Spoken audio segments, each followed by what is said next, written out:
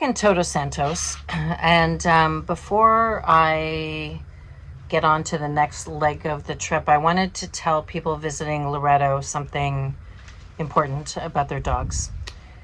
I went for coffee one morning with a Canadian contingent. There were some Americans there. And I met a little dog named Bitsy. And the next day, the people in my camp were highly traumatized after they pulled Bitsy out of the mouth of a street dog. And Bitsy has severe injuries but will live, and her owner, whose name I will keep to myself, was highly traumatized. The very next day, so they were on the lookout for the dog.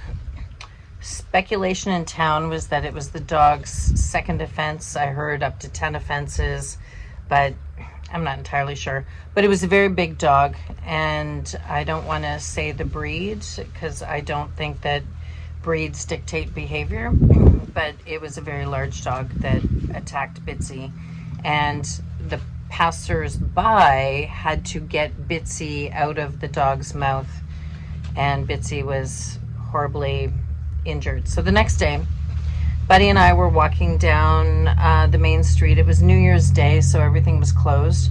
And there was a very large dog sleeping under a car. And I kind of did a wide berth because you don't want to wake up a dog, in the middle of sleeping.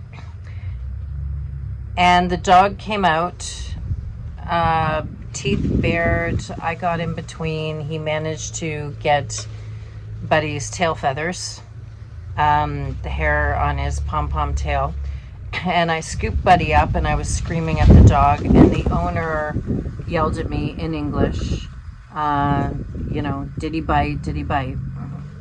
So I loved Loreto, truly love Loreto, but I have to say the dog problem is something that needs to be paid attention to, because the dog that got Bitsy, the owner had already had a fine and another attack.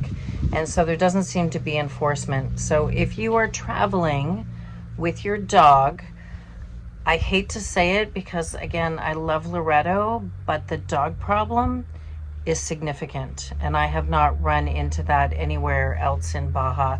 So I'm in Todos Santos again, and drove a very long distance to get here because I didn't want to stay in any of the other iOverlander places along the road in some towns they just didn't feel right, like roadside highway towns. But I did want to be really honest about my love of Loreto, and if you own a dog, be aware, particularly a small dog. Bitsy is going to recover, but the vet bills are substantial, and I'm not sure what the fine is for the guy who let his dog be off leash, and it's happened twice, but it did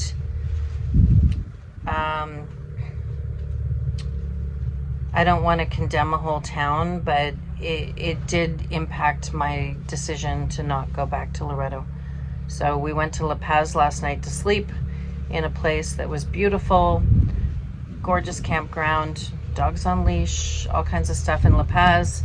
And now we're back in Todos Santos because I will be going to La Paz for a significant amount of time, which I will share with you later.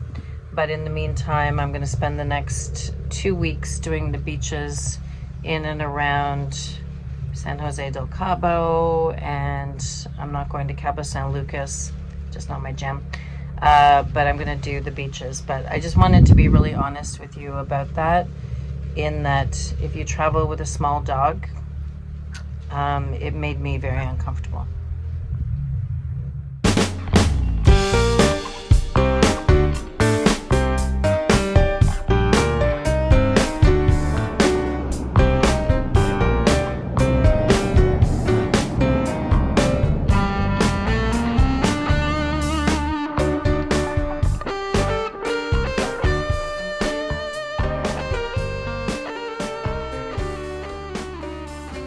Well, I kind of scored with this one in La Paz. It's practically my own bathroom. And there's a pool, no dogs allowed. They have some little motel rooms. I have a front garden. And all of the people that don't need power are lined up here, but there's obviously big RVs and everything else here too. So it's beautiful.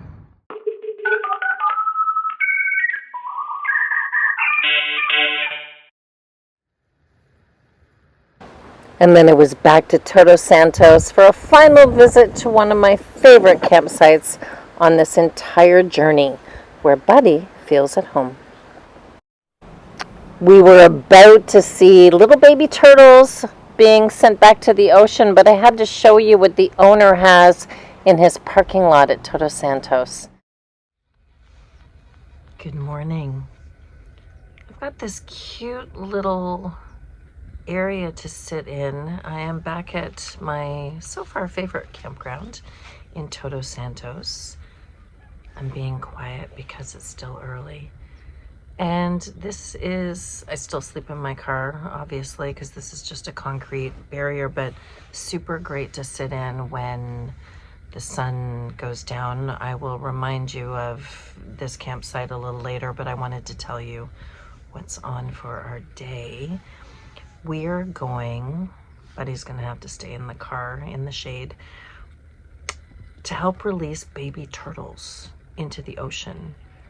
They're trying to repopulate. I'm going to tell you way more about it when we're there, but they're trying to repopulate the turtle population and a certain kind of turtles.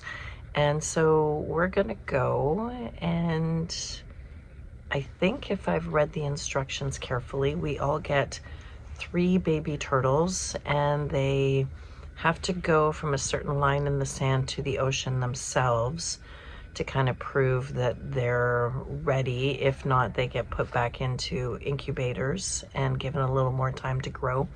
And it's a fun thing for tourists who donate to the cause, as we will, because as you know, we support rescues.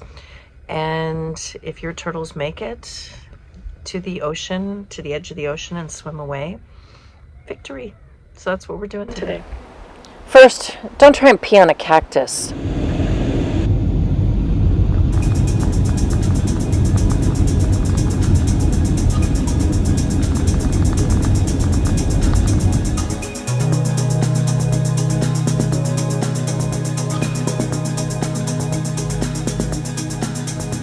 Okay, so the little turtles that were here to put back into the ocean have to make it through that. Little babies.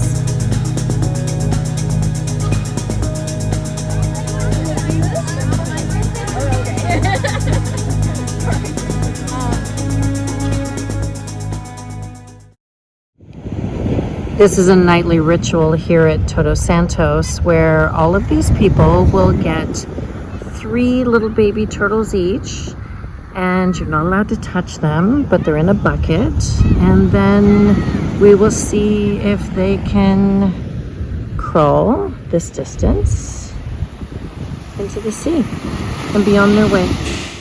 These are the adult leatherbacks that didn't make it. So all of these people come out at sunset to see the little tiny turtles hopefully make it to the ocean. If not, they go back into their incubators so that they can grow a little more. So the race is on shortly. While we were waiting, we all got to be on humpback whale watching, and we weren't disappointed. Not 1, but 3.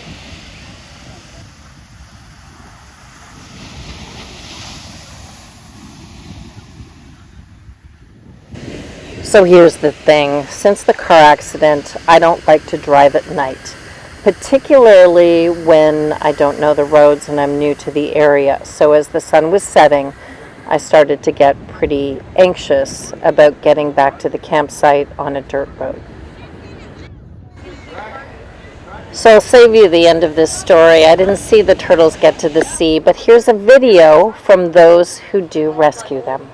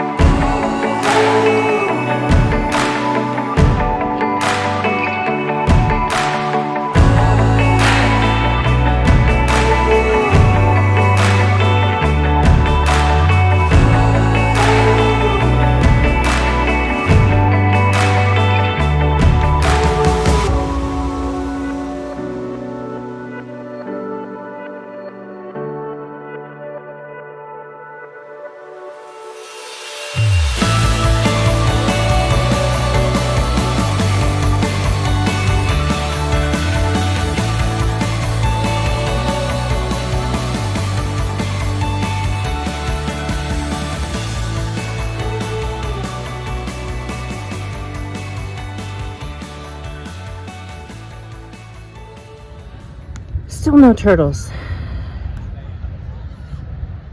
Not a one.